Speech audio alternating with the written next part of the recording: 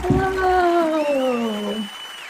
The music's so intense. I feel like I'm in Welcome. after party after a night of raving. Did What? you say it was you and me that shared the clip together? Yeah. The You know what I'm talking about with Charlie and they're huffing gas. real. You're going to open up this episode with secrets? It just made me think of partying when I was younger. I was like, "Ugh, gross." Made me feel gross. I am excited about tonight. We took a week off, so it's good to be back. Yes, it is. Two of my Feeling favorite people rested? joining us. Hello, chat. It's good to see chat. everybody in here. Hello, Pedro. Hello, Ian. Yeah.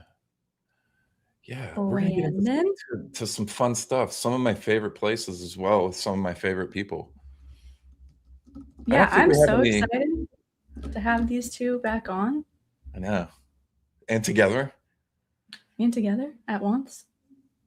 And to hear about their travels. All of y'all's travels. I'm the least traveled of all of you guys. So I just get to live vicariously and be inspired and ask the questions as the person who doesn't know the things that you know. You're on the first step of your journey. You just did Egypt. I can't think of a better place to start. And you're going to Japan to look at megaliths next month. Might be going to Africa this year too, and then Greece. Yeah. So I'd say you're off to a good start. You hit the ground running. Yeah, I think so. It's all happening so fast. No, it's amazing. Yeah, thank you. Yes. That is seriously, thank everyone so much for all the huge support, because I haven't even really plugged this. I haven't posted it or put anything out. But yes, the book is out and live now. You can pick up a copy on Amazon. Woo. And there it is. Yeah. Sales are already doing good. And like I said, I haven't even posted it yet. So I'm going to do a whole big push for this in the next week or two. There's another platform it's going up on and a couple stores. So thank you very much, 757, for that. He's saying Amazon has hardcovers available now too. All out on Amazon. Yeah. Thank you, guys. Cool. Huge support just for mentioning on a couple streams last week that I did. So, you know what? Let's get right into it, because I want to hear. We've all been to these places we're talking about tonight, and these are some of my favorite topics to get into. And I want to hear about Cassie's recent travels, because it sounds crazy.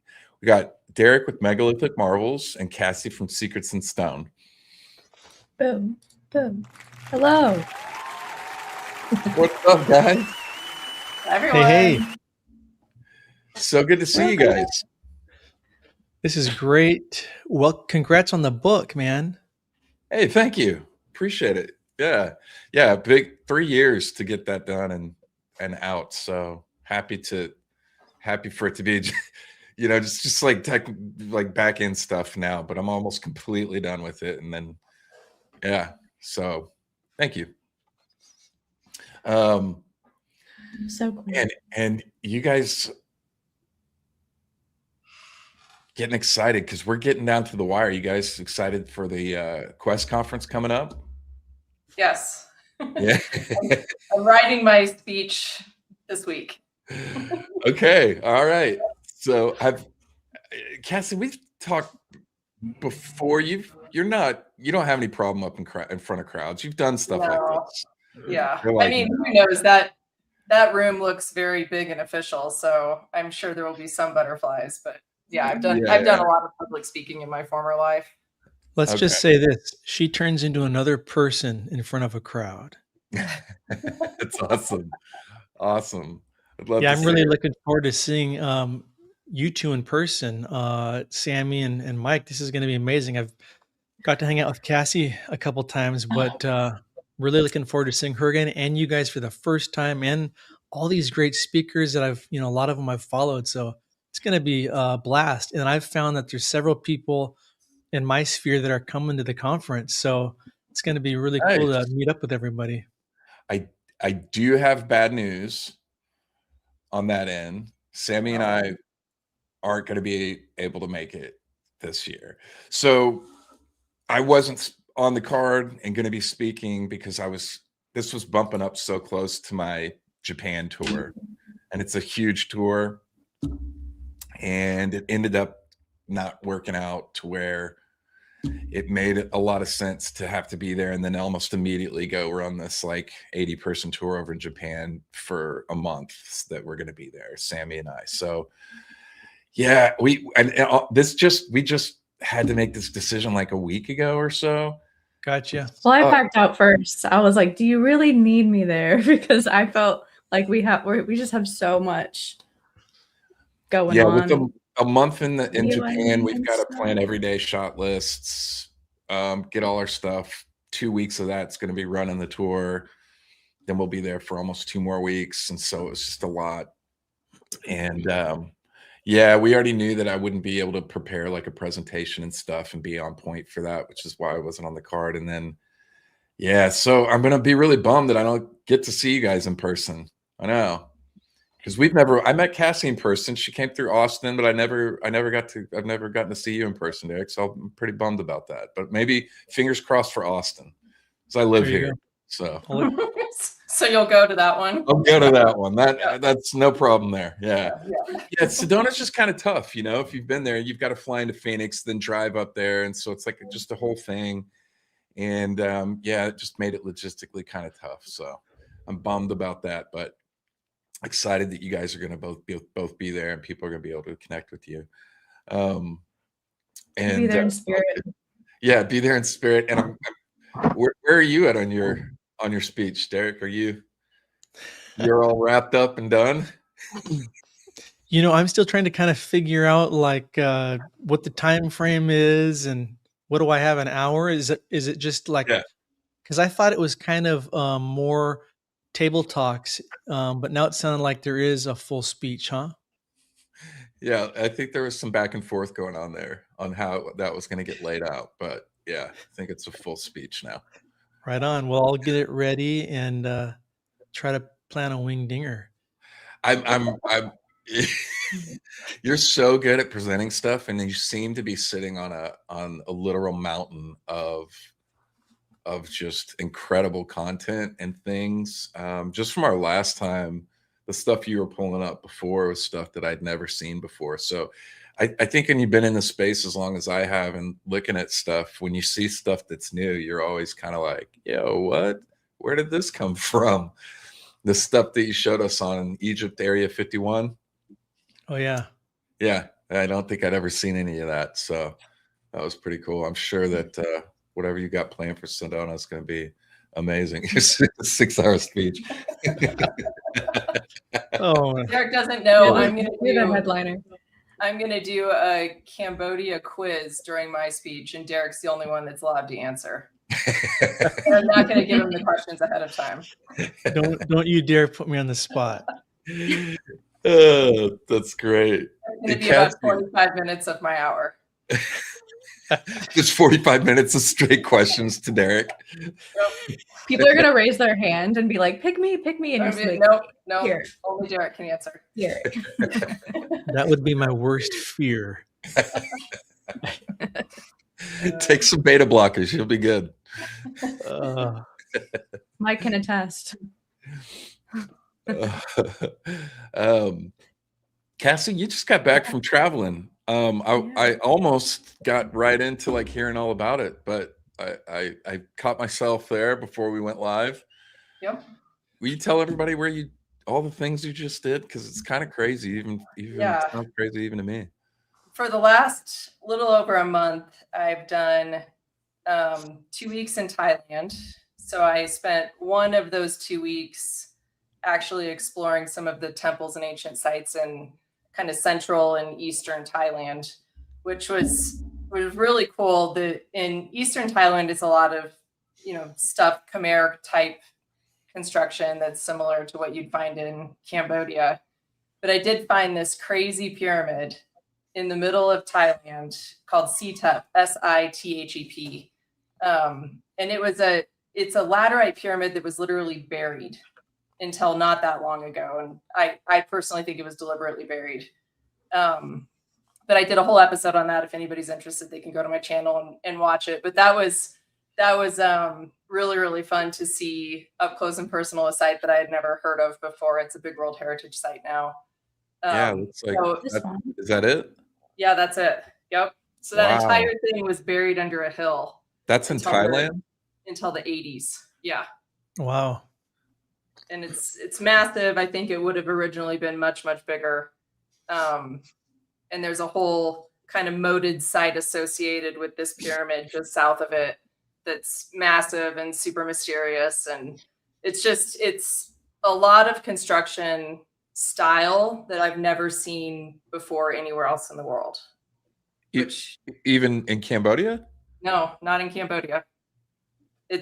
What's different totally about it? Well, there are laterite pyramids in Cambodia, but the actual architecture of the pyramid itself, and even this photo you have here on the screen, all of those bases you see on the ground are I believe this original culture that built it. And then I think the Khmer came and built, the brick tower you see on top of it. I think that it was two very different civilizations that built here. And these kinds of bases and that style of pyramid, there's nothing like it that I've ever seen anywhere in Southeast Asia. That almost looks like a ziggurat. It does look like a ziggurat. Yeah. And there were two of them. There was one at the site just south of there that I think was reused over time. And it doesn't have the detail preserved that this one does because this one was buried for so long. And have they cleared it down to its base level, or is there more underground? Well, good question. They've never LiDAR'd it as far as I know. Yeah. And it's, the sites in Thailand are all extremely well taken care of and very curated. So there's really nothing to explore. You can't run out to the jungle and find a bunch of things half buried in the ground. They've got all the grounds clear. So kind of what you see is what you get. And I think anything that you don't see was deliberately taken away from the site a long time ago. Very cool. Cassie just coming right out the gate with a banger. Yeah. I wasn't even aware. I have been over to Asia a lot. I used to live over there for several years, and I've never really looked too hard at Thailand. Yeah. Cambodia is the spot to go to just be overwhelmed with ancient sites, right? So, I know that there's sites and knew there were sites in Thailand. I just not like that. Yeah. What is it's the only site in Thailand that I would consider to be like really cool. But the other kind of Khmer sites are much older with kind of inferior stonework. I went and saw all of them, but there was none of them that really excited me the way that this pyramid did. So hey, Cassie. Yeah. How far is this pyramid from like downtown Bangkok? It's like I think 100 miles or 150 miles straight north. So a couple hour drive. Yeah. Okay. Yep. On scooter, how long? I don't know. I have a car. But yeah, if you search Sithep, you can see 2-hour ride, 5-hour scooter. Yeah, just north up there. Wow. And then, there's a bunch of very precise, really interesting statues that were found at this site. And all of those are in the Bangkok Museum now. And so when you go back to Bangkok, you can go look at those. And those are very similar to some of the statues, Derek, that you and I, showed our tour group in Cambodia. Yeah. They just make no sense whatsoever based on where they were found. So it's cool. Truly mysterious site. Wow. So you feel like the connection there with the Cambodian sites probably came at a later date? No, I think the connection is the statues are, I think, a a pre-civilization, one that came Um, earlier. Yeah, and I'm sorry, let me be clear with what I was saying. Like the stuff, like the structure on the top that you were talking about that you feel like came at a later date was more Yeah. connected to the Khmer and Yeah. Cambodian sites. So this structure potentially predates those, in your opinion. Yep. And they, just like you see at every site around the world, there was a very little known culture, so little known that they really had no research around this group or even a name for them until they started discovering these sites, but they call them the Dwarawadi culture. And, if you look at the stuff that the Dwarawadi people made, it wasn't the same quality as these statues in this pyramid. So just like you see all over the world, it's been attributed to this very little known,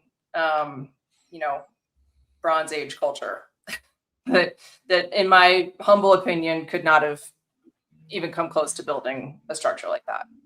There's just this huge hesitancy to always ever take it back further than a specific date markers, It's just like academically, there's just this barrier of willingness to attribute certain things further back, which is, even though you're looking at things and there's a clear increase in sophistication in terms of the structures and their construction, the lower you go. Yeah. Um, And it's hard. I think if I were an archaeologist, I would find it difficult to say, well, this was probably an ancient culture, even though we can't see any pottery or anything that they would have produced, right? So I kind of understand why they say, well, we found this pottery, we found these statues around this site, it must have been them that built the site. But if you logically look at the quality of the construction and then you start connecting it with the other sites around the world, I think that you can make at least a circumstantial case that it was a different culture. We can have arguments all day long about how old that culture was, but things just don't fit. What do you guys think the unwillingness of historians and archaeologists to like connect these sites together around the world is? Is it because the fields are so specialized into specific areas? Rarely, I mean, archaeologists generally work in one area of study or one region. They focus there for their entire careers sometimes. And what's that unwillingness to connect these sites worldwide? Is it because the narrative's already been built and they're working within the structure and that's the framework they're working in, or have they just not traveled enough and seen these things for themselves? What do you guys think? Derek, you want to? My first initial thoughts are they don't connect them worldwide because they don't believe in the lost technology side. Yeah. And so, I find that those of us who believe there were lost civilizations and ancient technology, and we look at, the precision cuts or the nubs, these markers, and we're like, look, that's in Egypt and that's also in Peru. There's a connection. So I think that's why they don't connect these megaliths worldwide or these ancient ruins that we think are anomalous, because they deny the ancient technology side, if that makes sense. Yeah. I don't even know I mean, even if there was some way of explaining things that didn't involve ancient technology, does it seem like there's this unwillingness to even entertain the idea that there was cultures communicating with each other through travel and different things worldwide? It seems like there's just an unwillingness to explore that as well. I was just going to say that, like, that's like the other layer, like the denial of technologies that we've lost and the denial of their ability to travel, maybe be seafaring people, like that they're so specific about how certain, like in South America, how they came over through a very specific kelp highway or whatever, like route.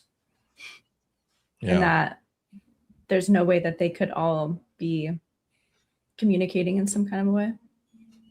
And I think a smaller but still pretty critical piece is these sites and the cultures that they've been attributed to are deeply identified with by the locals. So in Cambodia, for example, they are the Khmer. The Khmer are their ancestors. And so it's a sensitive topic to suggest maybe at least their direct ancestors didn't make this. Right. For archaeologists, for the state archaeological societies, all of it, to start introducing this idea that maybe it wasn't your people that did that adds a complication as well. Yeah, I guess she'd get crucified as one archaeologist coming out and saying something like that. So it does make sense. Just from a cultural perspective, you have the same issue going in Peru and all over different places in the world. Easter Island. It is their culture. They built the moai that. Right. I wonder too if because the idea of lost ancient technology has been categorized as fringe or alternative archaeology or alternative history, it's like archaeologists don't even want to touch it because then they'll just get grouped in with that as a category, Good point. Little Yeah. do they know the water's great on this side. Way more fun over here.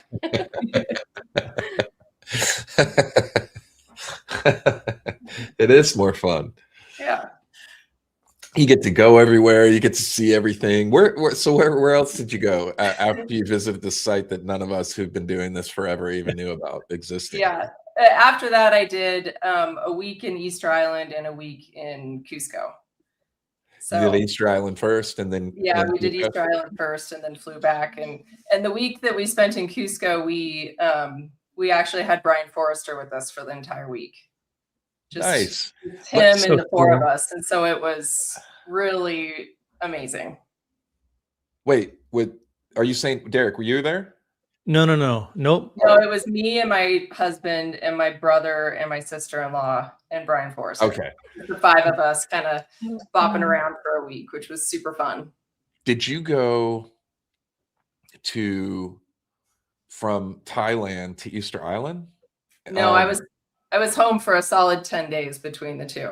So you still went through Santiago to Easter Island? Okay. Correct. Last I heard, they were thinking about opening up a route from Lima to Easter Island, but I haven't looked. I don't know if that's happened or not yet. I don't think that was available as an option. All right. Cassie, wasn't it amazing? And Mike, you've been there, so but how different and amazing Santiago is versus like Lima. It's like a whole nother world. It almost feels like you're downtown Europe and places. The city is so nice. I love Santiago. Yeah. Cassie, did you notice that? Yeah. I mean, I was only in Santiago for a day or kind of a morning. And I've actually spent a lot of time in Lima because we used to have mines down there at the company I worked for. So I don't have a lot of love for Lima. As much as Cusco, at least. I do like Santiago better than Lima, but I love Peru. Same. Right. If Sophie's in here, she'll get mad at she lives in Peru. She lives in Lima. We have someone going to Easter Island here pretty soon, asking for suggestions. Guys got any pointers? You got a whole video out on it. Yeah, you do, Mike. I watched that one in preparation for my trip. Yeah, I do have a video out on it. I forgot. I would say try to find a cool guide. You have to have a guide everywhere that you go. If you don't have a cool guide, I had 2 different guides. One was not cool. My cool guide. Why? Was a lot more. All he did was just walk and talk about basically just read Wikipedia to me, memorized Wikipedia stuff, the whole shtick. So there wasn't robotic. it was very, But luckily he took us to the places that were, he was taking us to the places when we were there that were not the most important to me. The cave and I don't know, a couple like the volcano we walk up, we did, and some other stuff. But yeah, find you a really good guide. I don't know what you guys paid. I think we paid $175 a day per person, if I remember correctly. So that can really add to the cost of the trip. If you're not aware of that or prepared for that, you have to have a guide to get access to any of the sites on the island. And that is just a post-COVID rule that they added. Pre-COVID, you could go to sites without a guide. Yeah. So it just stuck. Yeah. It's good money. Mm. Take a little control and never give it back. Yep. Do it again. One recommendation I would give the person going to Easter Island is, and I'm sure this is in your video, Mike, but it's the Ahuvanapu wall. Yeah. It's like the last megalithic precision wall made of basalt, like you'd see in Peru. And it's right there, kind of by the airport. Must see. It's actually not the last megalithic wall. I did it's called the North Coast Hike. So if you're willing to walk 11.5 miles off trail, there's a hike you can do around the northwest coast of Easter Island that takes the whole day, but there are other walls on that hike that are very, very similar to Ahuvanapu. And I have pictures of them that I'm ready to share if you guys want to talk about that. But yeah, my overall advice is make sure you have a good guide, and I have a great one if you need advice. There's 2 different kind of off-trail hikes you can do. One is the one I just mentioned. The other is on the Northeast Peninsula, and you can do that hike and you can go see the White Moai, which is something that I had not heard of before I went to the island, and it was really cool. So the things that I would recommend doing all require hoofing it across the island, but they're well worth it. Can you do the horse? Some of these hikes you can do horses. I believe you can do horses on the North Coast hike. We didn't, but you do need a guide for that as well. So to do the hike, okay. Oh, hey, yeah. Almost. Sorry, there. I was muted. That's the wall, right? There it is. Are you Yeah. talking about? Yeah. I know I have shots without my face in the picture, but you'll have to watch the video. I'd love to see the pictures that you've got prepped here, Cassie, on a wall that I've never heard of. Okay, let me see. She's breaking all these discoveries. New unknown pyramid in Thailand, unknown walls in Easter Island. I know. What the heck? Okay. Tell me if you can see this.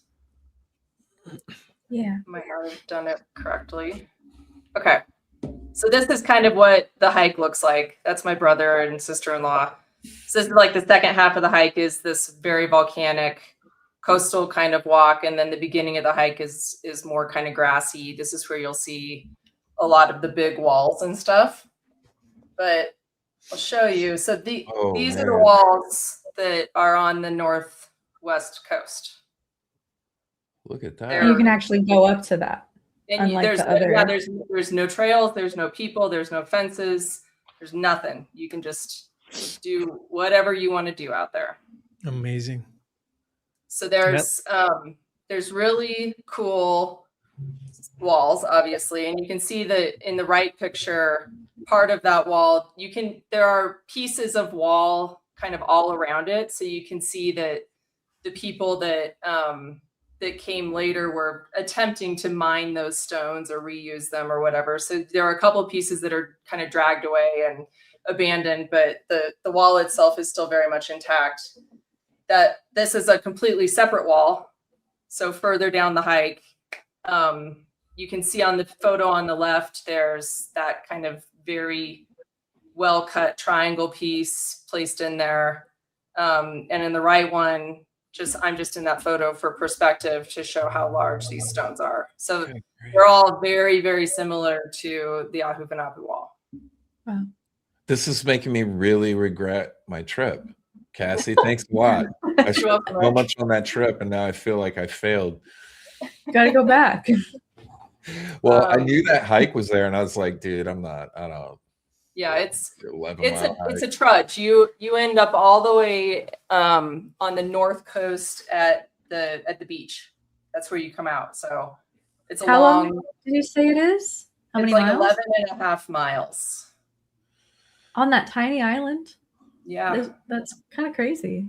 it's amazing. It's a tiny island, and there's only roads on just a small part of it. A lot of it is just wide open country, which is Oh, crazy. So in these photos, I'm standing next to a basalt moai, and this basalt moai is turned backwards and placed into the wall. So you can see his shoulders and his head, the outline of him, kind of 2 stones away from me. You guys, can you see that? No, I'm trying.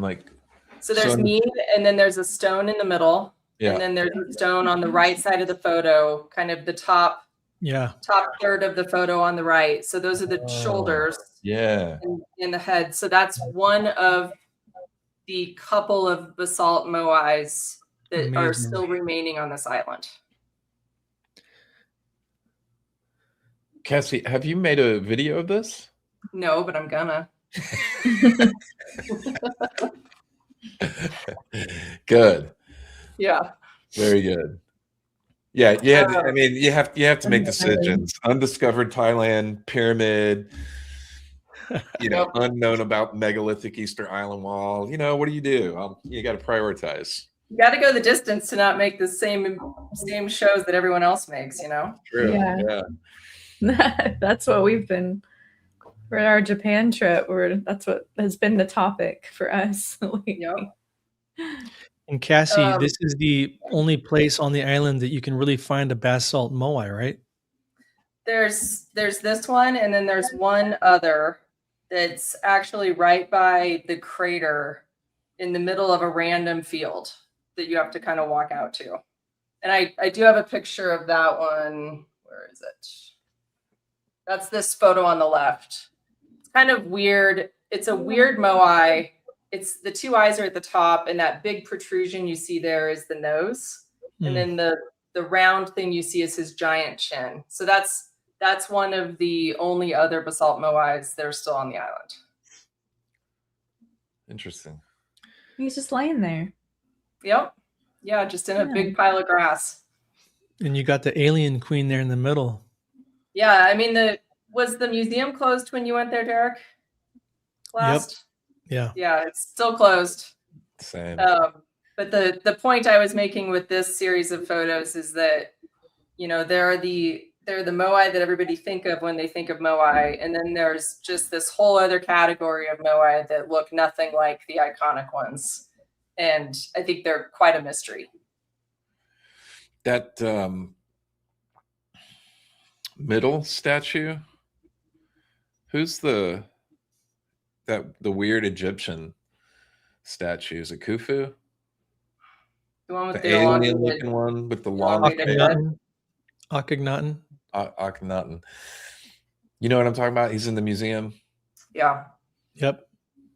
The old museum. Yeah, I don't know why. Getting kind of weird vibes on that one. Yeah, it looks it's so different than the rest. Yeah. He's like the person that made that's just like the Picasso of the I like to imagine that they were sculpting what they saw or what was in their myths or legends. Yeah. Yeah, and when you see that one's made of the white stone, which is called tracheta, I believe. It's a white volcanic tuft that comes from that northeast side of the island that I did that second hike on. So there's only a couple of these white moais remaining on the island. I better get him back there pretty soon. I'm getting too old to do 12-mile hikes. How long did that take you, Cassie? Well, we messed around. We climbed all over, not the important things, but we climbed all over the place and stopped and picked fresh mangoes and all of it. And I think it took us like 7 hours point to point. So we were not hurting. That sounds fun. It's beautiful out there, though. Yeah, it looks beautiful. Yeah, it's nice to be in a place without the same rules that the rest of the island has. Yeah, that's got to be cool. So you had a guide with you. Were they pretty cool? I say he or she. His name is Alejandro. He's with Easter Island Expeditions, and he was honestly one of the best guides I've ever had on any of the trips I've ever been on. Very cool. His family's been on the island since the beginning. He has a crazy amount of personal family stories involving things like elongated skulls and Rongo tablets and myths and legends. And I had an episode a little while back on the Clovis Point. So I'm big into like stone artifacts and stuff. And I asked him, do you know anybody on the island that has a private artifact collection that I could see? And he's like, oh yeah, I totally do. I'll set you up. And so I actually got to go see one of his friends who brought out their personal artifact collection. And I got to see like their spear points and their tools and these are artifacts that the locals find all over the island. So they're all kind of personal collectors. And I, got to hold them and things like that. So yeah, it was a cool. Is that going to be in the video? Yes, and I've put a couple of those videos on my my socials, so you can look back through and see them if you want. But yeah, Alejandro is the best.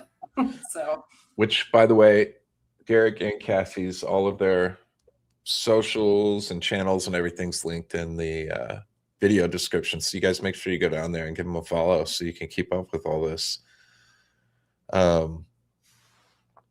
That's so cool. Derek, when are you going back? I am going into May. I'm going back. Can't wait. May. Are you going to do the 11-mile hike? It's I might try to sneak away like on my own or maybe with somebody, but not with a big group. No. Yeah, that's how you get sued. That would be hard. Yeah, that's how you get sued.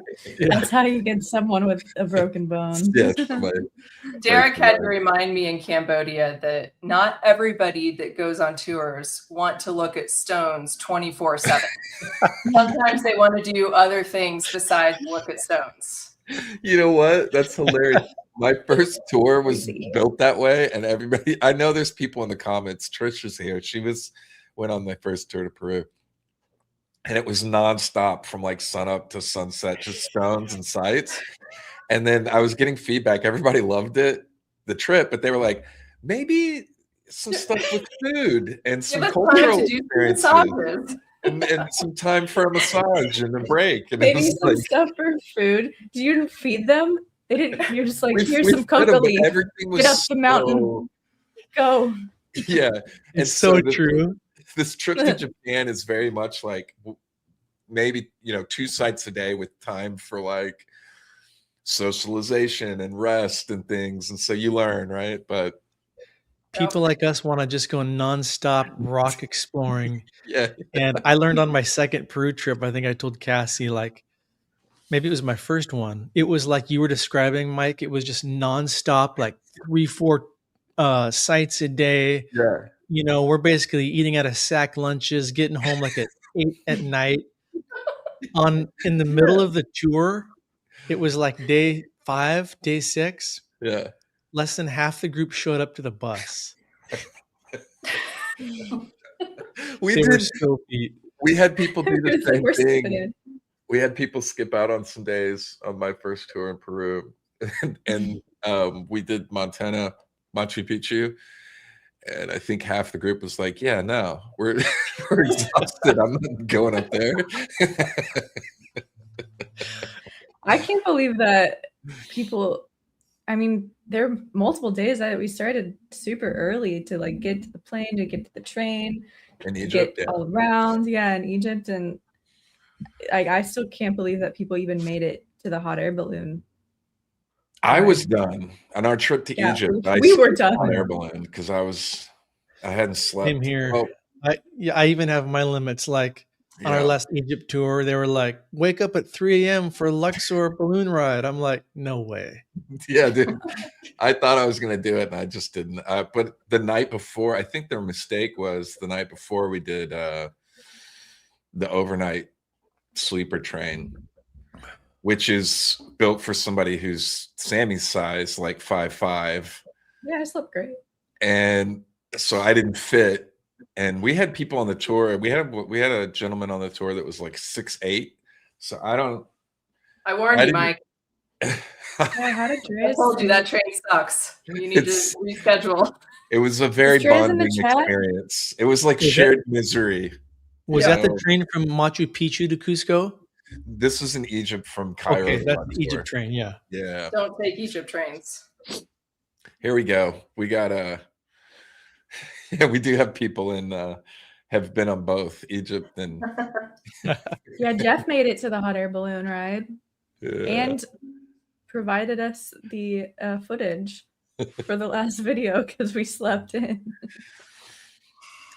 Yeah. Very impressive. You learn, right? And so like 2 sites a day is good for a tour. Have good breaks for lunch because you forget there's a wide range of, you have people in their 20s all the way up into their 70s, and Yep. It can be a little bit different. Here, Trish was amazing. Trish was a trooper. Trish crushed that Peru trip. You did amazing, Trish. So from Easter Island, any last? You'll be back in May, Derek, and you're doing a tour there. Do you still have spots open or available, or are you locked down? I think we have a couple Easter Island spots. The Peru portion of the tour is sold out, but yeah, if anybody wants to come, I think we can make that happen. And you can go to megalithic.marvels.com/tours, scroll down, and you'll see the Easter Island part of the tour. So yeah, it's going to be amazing, and cannot wait to get back there and see these moai, see the megalithic walls there, and maybe try to sneak away and be like Cassie. We all just want to be like Cassie now. Just crushing it. All right. Well, so we're just using Cassie's world travel adventures for the outline for this whole episode here, because you just did the whole world. Basically, you went around the world. Did you actually go around the world? Did you fly both directions? I did. Yeah, I went all the way through. I went through London, and yeah, so amazing. Yep. So did Easter Island and then over to Peru. Yes. Anything, because you've been to Peru before? I've been to Peru before. This was before I was kind of big into megaliths. So the first time we went, we did a lot of trekking and, Salcantay trek and those kinds of things. This time we pretty much. Sorry to interrupt, but where did you guys meet up in Peru for the first time that you guys hung out and connected? Was it? No, Derek and I met for the first time in England. Oh, okay. Yeah. All right. We've never done Peru together. Okay. Please, sorry. Continue, please. Yeah, so this time we stuck to the kind of the megalithic Cusco and the surrounding sites. So, but yeah, Brian Forrester, for anybody, I can imagine everybody that's at least on the chat right now knows him, but if they don't, he's like the OG of, Peruvian megalithic research. So he moved to Peru some 25 years ago went down there and visited, thought none of this makes sense. I'm going to move here. Ended up marrying a local. And he's been there ever since. And he's made it his life's work to study this stuff. So he's big into elongated skulls. And so being able to go around the country with him and just get his thoughts on the different sites was really incredible. And I think one thing that I learned from him that I didn't know before I went was there's the megalithic stuff, which everybody knows, kind of the Sacsayhuaman style stones. But then there's also high Inca stonework, or at least that's the term Brian uses, where the stones are fitted in the front, so they almost look megalithic. But then if you look behind them, they're only fitted in the front. Other than the front is kind of like this. And then it doesn't go all the way through. It doesn't fit all the way through. And then in the middle, there's fill. So they'll fill the two sides of the wall with dirt and then do another set of fitted stones. And so before I went down there, I had assumed that the Inca stonework was really only the smaller rocks. And Brian doesn't believe that that's the case. He believes that there was high Inca stonework that almost looks megalithic. And then there's the real megalithic stuff. And you have to kind of look closely to figure out the difference. Yeah. So more like just a veneer face almost. Exactly. Yep. There's a lot of, there's a site up by Sacsayhuaman. For whatever reason, it starts with the T. Tombo Mache. Yeah. So when you walk in there, there's an outcropping of stone before you get up to the main site. You can really see that it's just shaped bedrock, basically. Yeah. One of the stones on the corner pieces is missing, so you get this look behind that veneer front of fitted stone and see that it's not, these aren't blocks of stone. And there's a lot of sites like that in Peru, especially when you get up into the mountain areas and stuff that aren't like Sacsayhuaman, like you mentioned before, different things that are like these standalone structures almost, which I'm really interested to see what develops there at Sacsayhuaman as they have been excavating. Did you get to see any of that? They have already filled in the excavations that were Really? taking place in front of the stones. There's one that's off to the back of the site that I believe is still open. We didn't see it, but the famous ones that were right in front of the big stones is completely filled back in. Okay, interesting. Yeah, they were being really cool, letting people film and document it. And thank goodness. I mean, in my mind, it's a shame that they filled it back in. They could have created, a nice overlook area and let people see that it continues down, but yeah, for whatever reason they didn't. Yeah, I wonder, once you know that, are you not going to excavate further, knowing that it goes down deeper? It's just weird, to keep these sites the way they are when there's much more to be digging into. I don't know. What are your thoughts on that, Derek? You've been to Peru quite a bit. It's a yearly trip for you, isn't it? This year I'm doing it twice in a year. So I think it's definitely my favorite place. And yeah, the more I go, the more I learn about the legends from like some of our guides. It's just, there's so much there. I mean, even the legends of the Inca.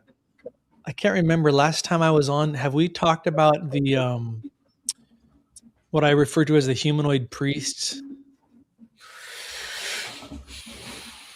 It's not ringing a bell. I don't think so.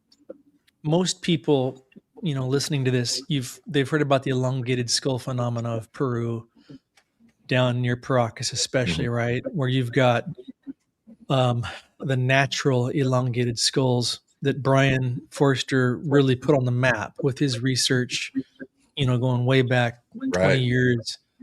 But those were discovered, I think, in the 20s by proving archaeologists. The skeptics will say, oh, they were just cradle headboarded. But what's really going on is, as most people know, is there are thousands, probably tens of thousands of cradle headboarded skulls. That was the general population trying to look like this other race of hybrids that had naturally elongated skulls with all the crazy anatomical genetic differences. They've got bigger eye sockets, bigger jaws, missing the sagittal sutures. A lot of them even have these 2 dots in the very back of the head where tubes came out of. And so these things look like freaks, if I can, just be blunt. And but what a lot of people don't realize is the Inca, their greatest prized possessions were the mummified bodies and skulls of this hybrid race. And they often called them the Malkis. That basically means mummy. And so if you go off, and I've seen guys that are local Peruvians who are probably breaking a lot of laws. There's a guy I follow on Facebook who's posting the most incredible videos. I can't remember his name, but he's literally going into the most remote places of Peru in these caves where the ancients had buried their Malkis, these elongated skulled mummies. And these are massive, like you see at the Ica Museum there with the one that's got like 40% more cranial mass. Uh-huh. And so the point is, the Inca, they deified these Malkis. And if you look into the legends of the Inca, the oral traditions, basically on the solstice events, the Inca would take these Malkis, again, that predated them. They'd bring them out and place them in the huacas, which are those precision cut. The mainstream would say this was just an Inca altar, right? Mm-hmm. But really, I believe these huacas, that what I'm talking about is kind of like the trapezoid in Napa Iglesia, that cave. Anything that's a precision cutout from the earth shaping. This is that, I believe, the lost civilization that probably also built the biggest walls like at Sacsayhuaman. Obviously, they had ancient technology. They could do this with ease. They could slice through granite and andesite like nothing. And so these huacas, the Inca would bring their humanoid mummies and they would worship them. And literally, Brian Forrester would probably say this, because this is what I heard from all the guides he uses too. One of them's name is Rumi, my guide in Peru. But at Napa Iglesia, that megalithic cave, one of the most amazing sites, in the back of that cave, it's basically closed off, right? Well, on one tour, I got to go up there, and I was basically told that this had all been filled in, but this used to be all kinds of ruins down here in Inca walls, and I saw some of them. Well, down in these caves is where they buried the Malkis. In fact, one other note, when you're going into Napa Iglesia and you look to the right, Cassie, did you see that mini structure that was built for like a 4-foot entity? It's a miniature structure. I got a picture of a guy on our tour who's 6 foot next to it, and he looks like a giant. And so I asked Rumi, what's with the miniature structure? And he said, well, the legends are this was likely the caretakers during the time of the Inca of this much older site. And so these were living Malkis, if that makes sense. Some of them were living up into the time of the Inca. The Inca worshipped them, but they would also take their older bodies, put them into the huacas, and on summer solstice, winter solstice, when they believed the portals were shifting and all this stuff, according to the legends, these Malkis would come alive, you could say, or become animated and speak telepathically to them. How nuts is that? That's wild. This is something they still talk about in their history, their legends, their mythology. Yeah, some of this is Incan legends. Some of this is the Spanish who wrote down some of the memories of the Inca. In a couple scripts we gather this, but yeah, this is the deep legends that you're not going to learn about in history school, that this hybrid race of elongated skulled ancients, whatever you want to call them, Some of them were living even up until the time of the Inca. And like I'm saying, if you can find that picture, it's on my website, megalithicmarvels.com. If you search maybe Megalithic Cave or Napa Iglesia, you'll see a picture of this little mini structure I'm talking about right outside that cave. It's literally built for a 3 or 4 foot entity. The point That's is they weren't all giants. A lot of these humanoids were like dwarves, but they had elongated skulls. And then a lot of the Paracas measured 6+ feet, the natural ones. So it was kind of like, I like to say, it was kind of like Narnia in the good old days. That so that they would have existed all the way up to the time of the Inca, and then potentially into and past or whatever until the time the Spanish came over and maybe got killed off, and now we're finding their tombs and things, their sacred sites where they kept their bodies, like this site you're talking about. What Right. were you And then saying to search? What were good keywords? Naupa, how do you spell it? Naupa, Yeah. and then Iglesia, Iglesi, I think. You know what? I might have a picture of it if I can screen Peru's share. megalithic cave mystery. Yeah.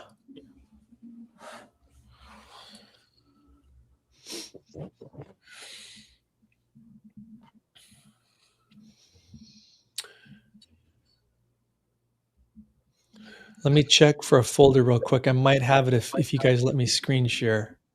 Yeah. Okay, Where is here the site located? What's that?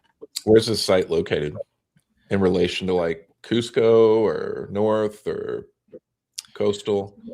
Yeah, this Napa Iglesia is located in the Sacred Valley, not far from Machu Picchu and Ollantaytambo. Okay. And okay, I'm ready to screen share. Let me figure this out. What do I hit? Present? Yeah. Yes. Okay, I here can we go. either Share share screen. screen or window. Allow entire screen. Okay, here we go. Can you guys see my screen? Yes. There we go. So this is the little structure located just to the right if you're looking at the cave. What is this? A house for ants? Sorry, I couldn't help but do a Maybe Zoolander. at least three times this size. Isn't that wild? That's like going through doorways in Bolivia for me. And then Hey, Derek. here's inside the cave I'm talking about. Wow. Okay, so you can see that's the precision earth shaping. That's like andesite, 7 on the Mohs scale. No way you're chiseling that with a copper chisel. And then look at this angle. Look at that. It's like 7 layers. 1, 2, 3, 4, 5, 6, 7. That's a cool picture. Yeah. And then one more. Okay, here's what I call the console that's at the front of the cave. A lot of people have seen. So I had a then- chance to do a meditation in that console, Derek. Tell us about it. I mean, nothing crazy, but it's, if you actually sit in that space and just get quiet, which we were able to do because we were the only ones up there. Super special experience. That's so cool. You see how that looks like an inverted pyramid? Mm-hmm. Very So anyway, cool. I'll stop screen sharing here. Cassie, so did you feel some vibes? Oh yeah, big time. It's it was interesting because my sister-in-law was sitting in the cove next to me, and she said she was getting basically pulled downward and I was getting pulled upward. So we had these and Brian was telling the story of how the stone was destroyed. The top of it has been blown off with explosives. And as he was telling the story, I was sitting in that stone spot, and I got this like overwhelming sad feeling almost from the stone. I don't really know how to explain it. It's like it still remembered that event, and Brian telling the story about how it had been desecrated was creating emotions in me. So yeah, any of these sacred sites, that's my absolute favorite part about traveling to these places, is I feel like they were put there for a reason because of the energy that was there. It's been recognized who knows how long that the energy's there. And so if you go there with the goal of really aligning with that, you can have some really interesting, powerful experiences at sites all over the world. Derek, I wanted to go back to the conversation you were having about the shorter species of elongated skulled people. Am I remembering correctly? And I think you actually just had a conversation with Maria Whitley in England. So at Avebury, we saw a small being with an elongated skull. And according to Maria, most of the beings in England around that site that had elongated skulls were also very small, and that was more kind of fairy legends, right? So I had actually just put that together when you were talking about the Peruvian version of these. Sounds like they're the same. Very similar, yeah. It's some kind of what sounds like ancient hybrid. And it's crazy. Yeah, I just did an interview with Maria Wheatley, who documents in her book, The Secrets of Stonehenge. This woman, studied at Cambridge, so she's got access to a lot of, she's gotten to go into Cambridge and see all of the boxes full of skulls. Let's just say that. And so she's, followed the rabbit trails of these discoveries of skeletons around Stonehenge, Avebury. And we saw 2 of them in the museums on our tour. And literally there is a hybrid race of ancient, I would call them entities. Maria believes these engineered Stonehenge, going back 10,000 years old. There you go. That's her book. Yeah, actually flip Nice. through the first half, and there's there's some really cool drawings of what they looked like with skin on. The ears are way back. They've got really skinny faces, and then an elongated skull. I mean, nobody's talking about this. And again, I saw 2 of them in the museum, and I was like, I told Hugh Newman, what in the world is that? And he's like, dude, you got to get Maria's book. You see that, guys? Wild. So yeah, we're talking global connections. I believe there's one. The other thing, Derek, that she talks about in her book is the trepanation of the skull. So almost all of the elongated skulls we see, that they performed a trepanation, which was an ancient surgery where they basically drilled into the skull and opened it up.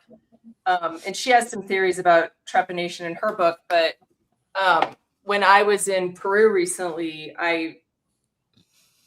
Brian was showing us the elongated skulls. All of those had the trepanation holes as well. So, one of Maria's theories in her book is that the elongated skull people had a deeper connection. So a lot of psychic abilities, right?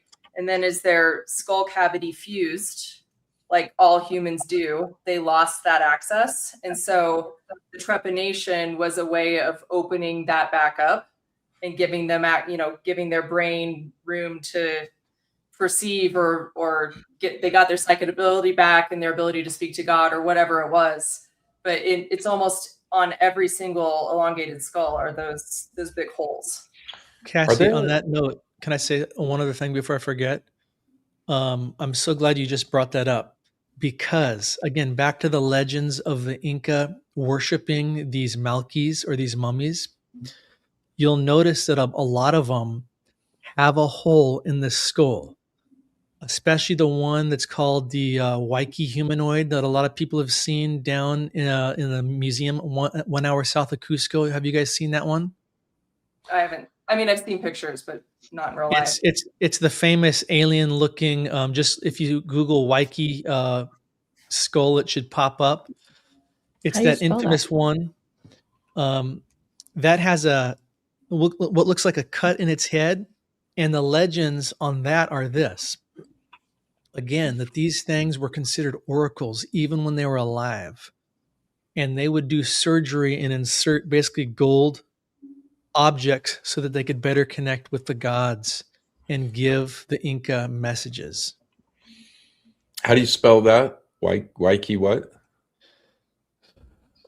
Actually, you know what? I think I got a picture of it. These are the exact kind of questions I'm going to quiz Derek on at the conference. I got a picture right here. Can I share screen again? Yes, Yeah. please. Okay, what do I present? Okay, here we go. Share screen.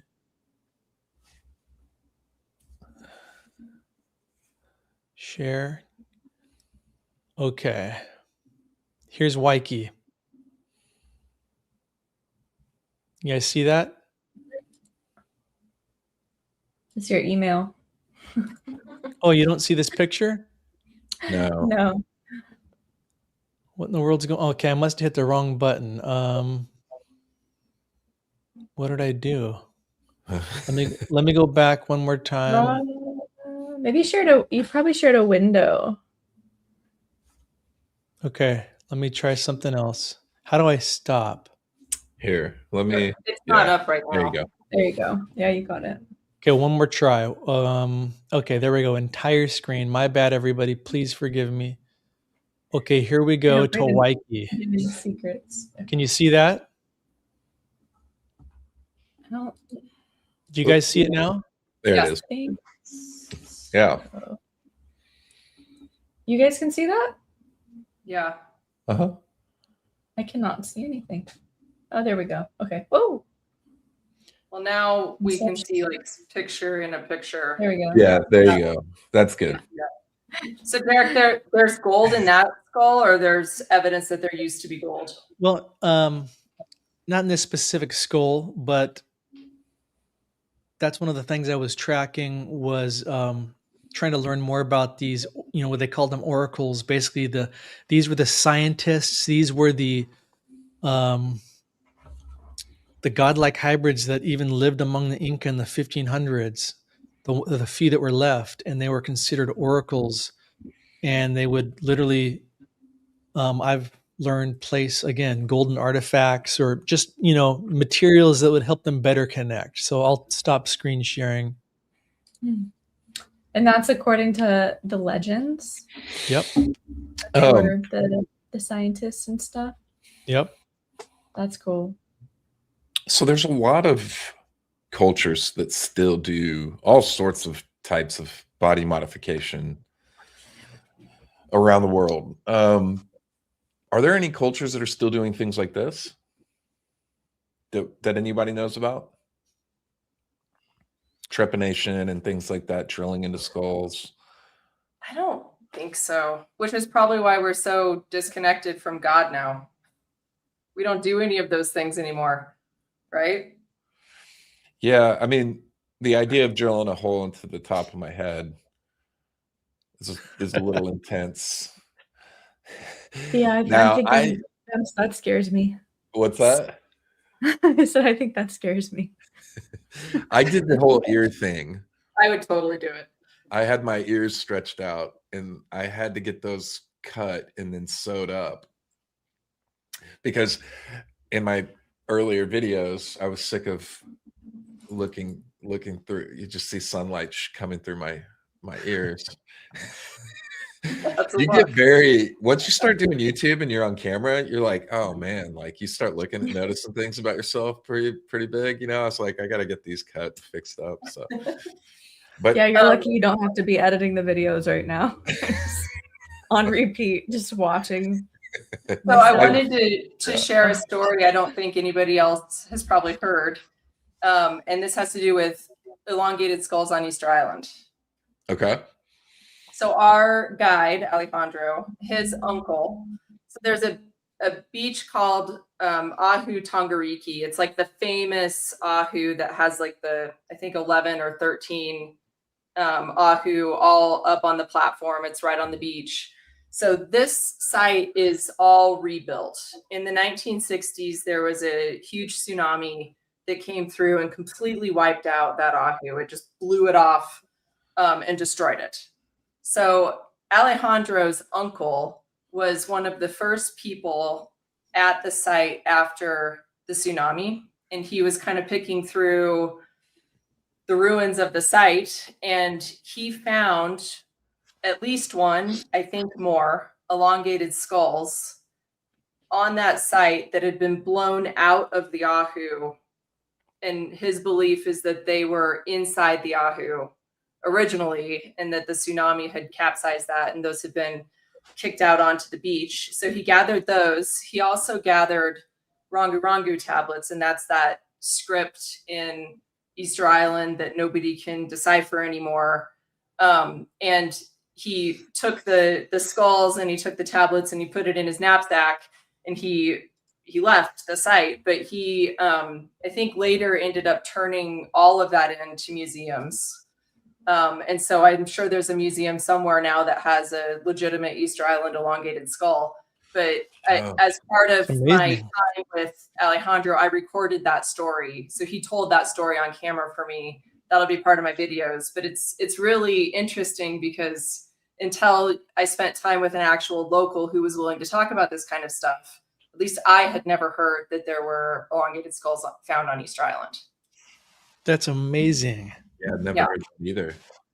So does he think that these sites, these platforms with the statues might be burial sites?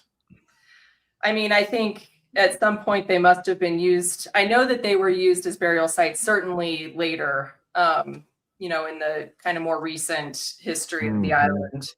I don't know how old those elongated skulls were, if those predated, but there's all sorts of legends on the island about red-haired giants and all sorts of stuff that he told us. And yeah, so it's very similar to what you hear all over the world.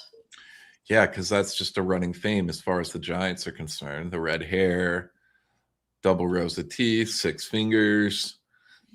Cannibalism. That was one of the cannibalism. You know, the giants ate people. Someone said Vikings. Yeah, just Vikings. Wait, this is crazy. What do you got? This. From Ian in the comments, I'm just gonna put his comment up. There's a psychologist in the late 60s who drilled her own head in an attempt to have more of a psychedelic state. Yes. Whoa. Amanda Fielding in 1970, the same year she drilled a hole in her head. And the Google summary of it from the New York Times says, eccentric countess who backed psychedelic meds dies at 82. She was ridiculed for drilling a hole in her skull to increase blood flow, but her foundation's research into therapeutic use of counterculture drugs proved visionary. That seems unconnected, but I can't read the article because it's New York Times. But that's that is interesting. Yeah, I mean, trepanation is something you see in skulls all over the world, all throughout history, and they did it, I think, very successfully. There's not a lot of evidence that these people died of this procedure, but if you think about it, actually, Mike and Sammi and I were talking before we started this episode about babies and how frustrated they must be having just incarnated. But if you think about baby skulls and young children, stories of young children being able to remember past lives and telling crazy stories and having crazy dreams and things like that, it sort of makes sense because their skulls are still wide open when they're young, and they don't really fuse until I think they're 5 to 7, something like that. And that's almost always when those stories stop getting told, and that imaginative world that the very young live in kind of goes away, and they sort of enter normal human life. So I always find it very interesting that those stories from children, and then the trepanation that all of our ancestors used to do that we no longer do. I think too, like another theory that I don't really hear talked about too often with children having being able to remember hyper specific details about planes that only their grandfather knew because their grandfather was a mechanic in the Air Force, or like stuff like that. I wonder too if, like, you know, another possibility isn't necessarily like that kid is a reincarnation of his grandfather, but he is spiritually open so that the spirit of his grandfather can communicate with him. And as he like gets older, you know, doesn't have that connection anymore. But either way, yeah, the skull being unformed is a very interesting way to look at that, because I've always looked at it as like, you know, you just become, as you learn and grow, you just become more formed to the world and more like indoctrinated, and your imagination becomes more strict, I guess. And but like, what if there is like an actual physical reason for that, not just a psychological one? Totally. That's interesting. And I wonder if we're not doing these things anymore that would keep us in tune with the world or whatever that we exist in, if the opposite is being done, because everything seems backwards in the world that we live in now. Yeah. So well, I think that's true designed more to like close us in, limit thought, put us within these boundaries. I often think of the ancients and these structures worldwide, specifically like we were talking about earlier when it comes to like ancient technology, of them really just being more in tune with the world that we lived in. So being able to access things like understanding water, sound frequencies, free energy, and things like that, and being able to utilize all these things and being very in tune with their environment, things that we're just barely dabbling in now, and like is all very fringe but exists.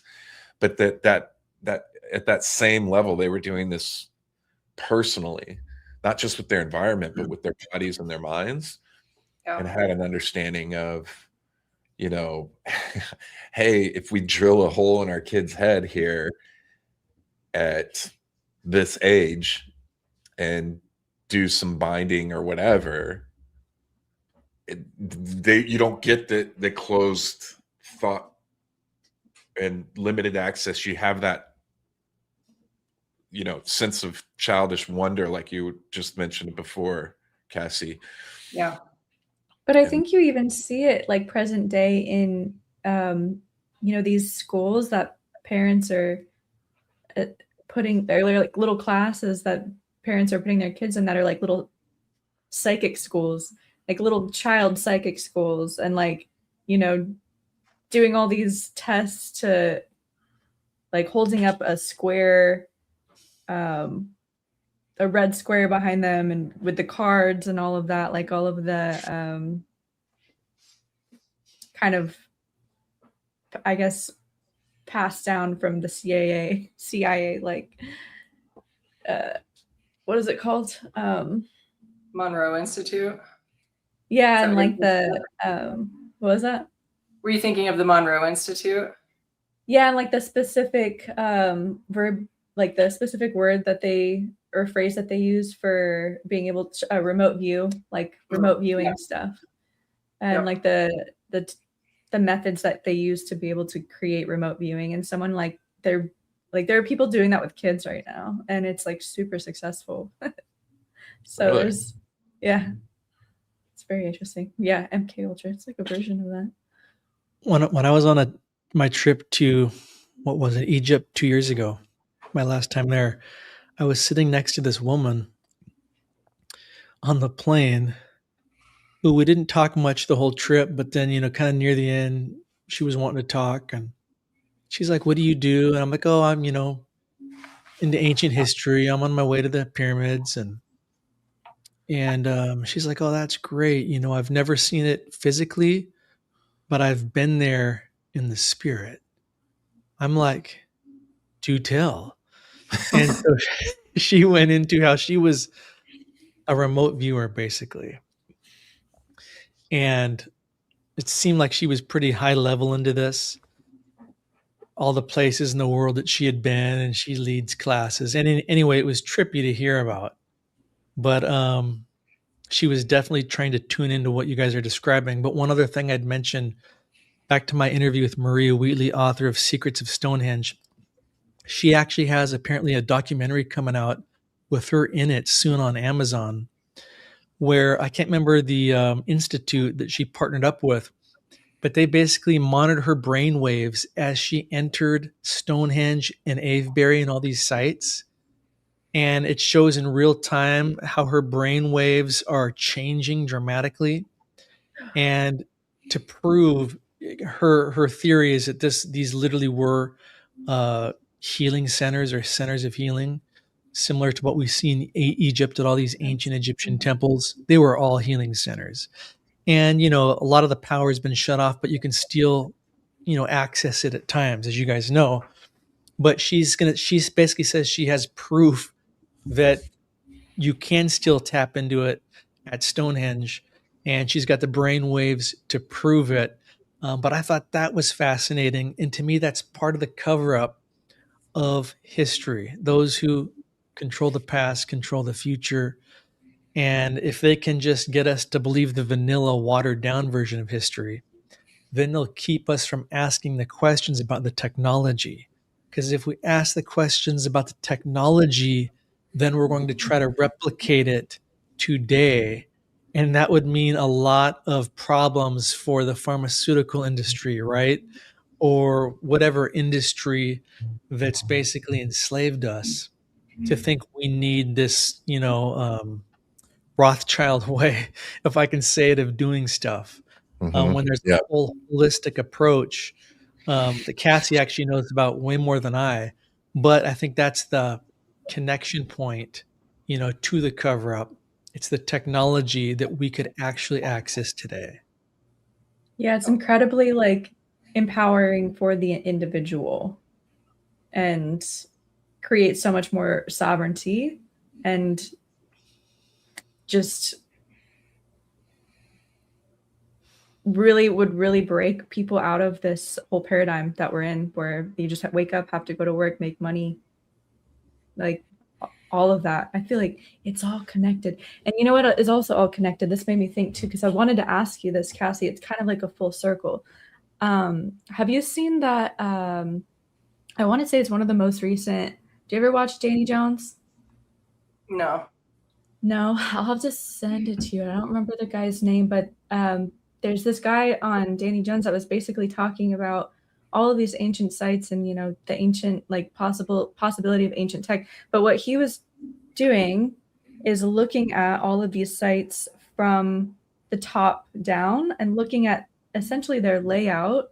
And that made me think of our last conversation when we were talking about the temple in Cambodia, right? Where it looks like a macro version of the technology that, yeah, exactly.